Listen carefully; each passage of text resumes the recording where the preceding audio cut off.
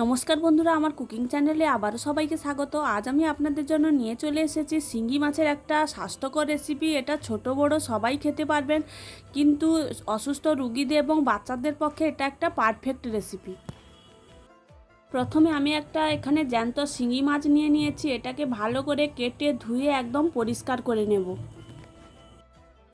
মাছটা ছোট ছোট টুকরো করে কেটে নিয়েছি, তারপরে ঘষে ঘষে পরিষ্কার করে একদম ধুয়ে নিয়েছি। এতে স্বাদ মতো লবণ ও পরিমাণ মতো হলুদ দিয়ে ভালো করে মাখিয়ে কিছুক্ষণের জন্য রেখে দেব। রান্নাটা করার জন্য আমি একটা মশলার পেস্ট বানিয়ে নেব। একটা মিক্সির বাটিতে হাফ চামচ জিরে, হাফ চামচ ধনে, দুটো কাঁচা লঙ্কা আর একটা পেঁয়াজ কেটে একটা পেস্ট বানিয়ে নেব।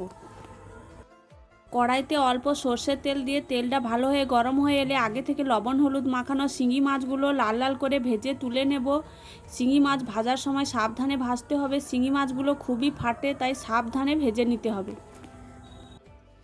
শিঙি মাছের পাতলা ঝোল বানানোর জন্য আমি একটা আলু, একটা কলা ও পেঁপে সরু সরু করে কেটে নিয়েছি। মাছগুলো ভেজে তুলে নেওয়ার পর কড়াইতে যে তেলটা বেঁচেছিল ওর মধ্যে একটা শুকনো লঙ্কা আর কিছুটা কালো জিরে দিয়ে দেবো। এখানে আর কোনো তেল ব্যবহার করার দরকার নেই, এটা একদম স্বাস্থ্যকরভাবে বানানো, সেই জন্য এখানে বেশি তেল আমি দেব না। তারপরে দিয়ে দেব আগে থেকে কেটে রাখা কাঁচকলা, আলু, পেঁপে দিয়ে ওর মধ্যে দিয়ে দেব আগে থেকে যে মশলার পেস্টটা বানিয়ে রেখেছিলাম ওটা, স্বাদ মতো লবণ ও হলুদ গুঁড়ো দিয়ে ভালো করে কিছুক্ষণ নেড়ে চেড়ে একটা ঢাকনা দিয়ে দেব। ঢাকনা দিয়ে কিছুক্ষণ পর ঢাকনাটা খুলে আবারও একটু কষিয়ে নিয়ে আবারও কিছুক্ষণ ঢাকনা দিয়ে দেব। ঢাকনা খুলে আবারও কিছুক্ষণ কষিয়ে নেব যাতে মশলার কাঁচা গন্ধটা চলে যায়। কাঁচা গন্ধটা চলে গেলে মশলা থেকে একদম জল শুকিয়ে এলে কিছুটা উষ্ণ গরম জল দিয়ে দেব। জলটা ফুটে এলে ওর মধ্যে আগে থেকে ভেজে রাখা মাছগুলো দিয়ে আবারও কিছুক্ষণের জন্য ঢাকনা চাপিয়ে আনাজগুলো সেদ্ধ করে নেব। কিছুক্ষণ পর ঢাকনা খুলে আনাজগুলো ভালো করে সেদ্ধ হয়েছে নাকি দেখে নেব।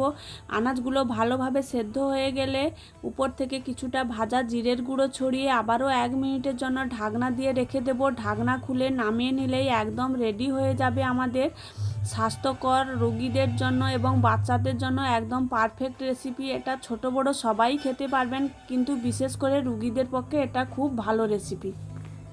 বাড়িতে যদি কোনো রুগী থাকে এইভাবে রান্নাটা করে দেখবেন, সবারই ভালো লাগবে। ভিডিওটি ভালো লাগলে আমার চ্যানেলটি সাবস্ক্রাইব করে দেবেন।